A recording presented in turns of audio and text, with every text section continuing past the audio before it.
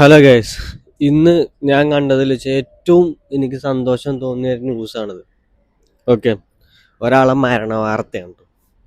അത് സന്തോഷം തോന്നാനുള്ള കാരണം എന്താന്ന് വെച്ചാൽ, കാസർഗോഡ് സബ് ജയിലിൽ പോക്സോ കേസ് പ്രതിനെ എന്ത് ചെയ്തു?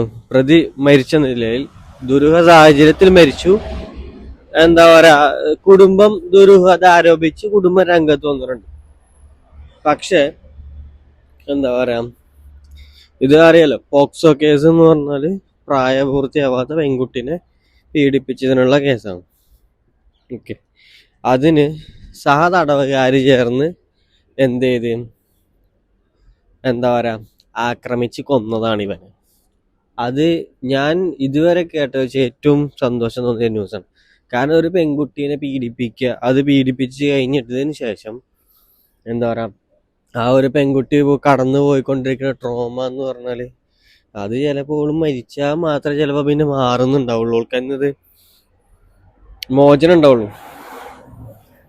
അങ്ങനത്തെ ആ ഒരു സാഹചര്യത്തില് ഈ പീഡിപ്പിച്ചവന് എന്താകും, ചിലപ്പോൾ പൈസേന്റെയും പവറിന്റെയും ഇൻഫ്ലുവൻസിന്റെ ഒക്കെ ഇതില് ഓൻ നേരെ രക്ഷപ്പെട്ടു പോകും. കുറച്ചേരം ജയിലിൽ കടക്കും, ഇറങ്ങും, രക്ഷപ്പെട്ട് ഓൻ പോകും. പക്ഷെ അതിനൊക്കെ പുറമെ, അതിനൊക്കെ പകരമായിട്ട് ഈ കേസിൽ സംഭവിച്ചതെന്ന് വെച്ചാൽ, പോക്സോ കേസ് പ്രതി കൊല്ലപ്പെടുകയാണ് ചെയ്തത്. അതായത് സഹ തടവുകാര് എന്ത് ചെയ്തു? കൊന്നു കളഞ്ഞു. ഇത് എന്താ പറയാ, വളരെ നല്ലൊരു കാര്യമാണ് സമൂഹത്തിന്.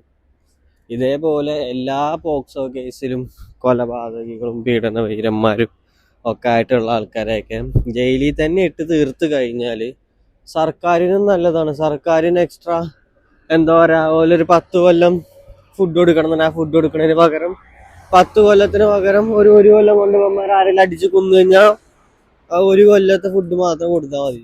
ഇതിപ്പോ നമ്മള് ജനങ്ങൾ കൊടുക്കുന്ന ടാക്സിലാണ് ഇവന്മാർക്ക് ഫുഡ് കൊടുക്കണത്, ഇവരെ കാര്യങ്ങളും ഒക്കെ നോക്കണത് ഗവൺമെന്റ്. അപ്പം അതിനൊരു മാറ്റം എന്തായാലും ഉണ്ടാവണം. പക്ഷെ അറിയാലോ, ഈ ന്യൂസിന് എന്തോരം പ്രാധാന്യമുണ്ട് ഇന്നത്തെ സമൂഹത്തിൽ എന്നുള്ളത്. കുടുംബം ദുരൂഹതയൊക്കെ ആരോപിച്ച് വന്നിട്ടുണ്ട്.